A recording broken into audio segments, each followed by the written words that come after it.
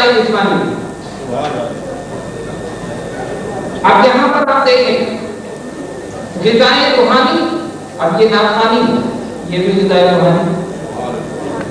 رسول اللہ کا ذکر، اسناد کا ذکر، بزرگان دین کا ذکر، یہ سب غذائے روحانی. جب ہم ان نفوس قدسیہ کا ذکر کرتے ہیں، ان کی کرامات، ان کے کمالات، ان کے تصرفات، یہ سب سنتے ہیں، ہمارے روح میں ایک تازگی پیدا ہوتی ہے. یہ روحانی غذا ہے. تو یہاں پر دونوں غذاؤں کا اہتمام، غذائے روحانی اور اس کے بعد غذائے جسمانی، اور وہ بھی میری آئی سبحان اللہ، جس کو کھا کے دور ہو جائے سب کی پریشانی. تو یہ دونوں غذائیں آپ کو یہاں پر مل رہی ہیں. تو آپ یہ کہہ رہا تھا کہ ہم یہاں کیوں حاضر ہوتے ہیں؟ یاد رکھیے بزرگان دین کی نظر اپنی جگہ بڑی اہمیت رکھتی ہے. اپنے شیخ کی نظر، بزرگان سلسلہ کی نظر جس پر ہو جائے اس کا بیڑا پار ہو جائے. اب جو لوگ اس میں حاضر ہوتے ہیں، صاحب عرس کی نظر ان تمام حاضرین پر ہوتی ہے.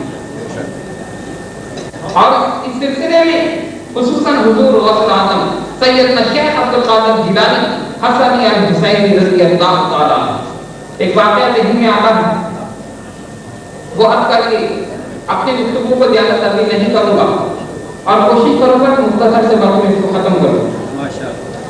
حضور سیدنا غوث اعظم رضی اللہ تعالیٰ عنہ تشریف فرما ہے. ایک شخص حاضر ہوتا ہے، ایک مرید حاضر ہوتا ہے اور اب کہتا ہے کہ حضور میں چاہتا ہوں کہ میں سفر کروں. سفر کا ارادہ ہے اور وہ سفر جو ہے اس کی غرض و غایت تجارت ہے، لیکن آپ سے اجازت چاہتا ہوں، آپ اجازت دیں تو میں چلا جاؤں تاکہ سفر بخیریت تمام ہو، کوئی حادثہ، کوئی مشکل پریشانی نہ ہو.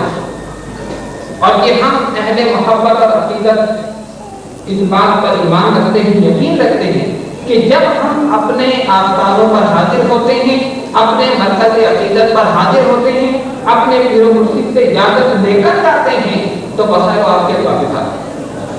ان کی توجہ رہتی ہے، ان کی نگاہ کرم رہتی ہے. یہ واقعہ سنانے کا مقصد یہ ہے کہ آپ سب سمجھ رہے ہیں کہ شیخ محترم سے اجازت لے کر جانا کتنی اہمیت رکھتا ہے. تو حاضر ہوتا ہے، حضور مجھے اجازت دیجیے. فرمایا ٹھیک ہے، اجازت جا سکتے ہو. وہ چلا گیا. سامان اجازت لے کر جب چلا، ایک مقام ایسا آیا کہ جہاں بالکل سناٹا تھا، ایک عجیب سی جگہ تھی. وہاں پر سامان رکھ کے سو گئے. خواب میں دیکھا کہ ڈاکوؤں نے حملہ کیا، وہ سارا سامان لوٹ لیا اور اس کو جب مارنے کے لیے آگے بڑھے اس کی آنکھوں میں حیران پریشان ہو کر دیکھا سامان اسی طرح موجود.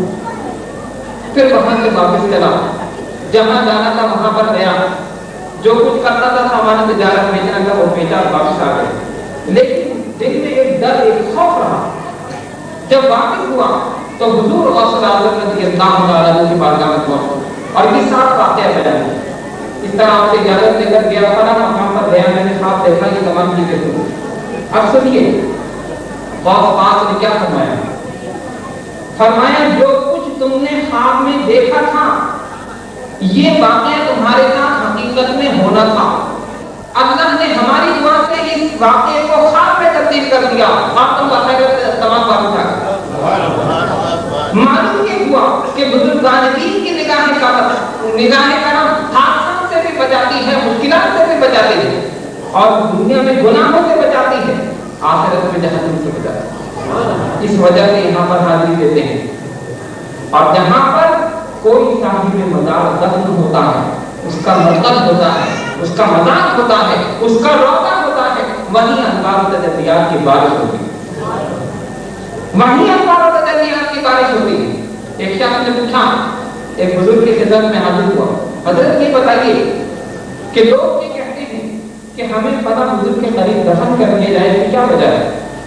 آدمی مر گیا اس کو کہیں بھی دفن کر دیا جائے، کسی بزرگ کے مزار کے قریب دفن ہونا اس میں کیا خاص بات ہے؟ تو جنہوں نے سوال کیا اور جن سے سوال کیا ان کے قریب ایک مرید کھڑا اور پنکھا جھل رہا تھا. تو تو سائنس سے فرمایا سوال کرنے والے سے، یہ بتاؤ یہ پنکھا جلنے والا میرے لیے ہے یا تیرے لیے؟ کہا حضور آپ کے لیے۔ کہا میرے لیے ہے، لیکن اس کی ہوا تمہیں بھی آ رہی ہے یا نہیں؟ اس کی ہوا تمہیں آ رہی ہے؟ کہا اگر تم اس سے دور ہو تو ہوا آئے گی؟ کہا نہیں، ہوا اس لیے آ رہی ہے کہ تم میرے قریب ہو۔ یہ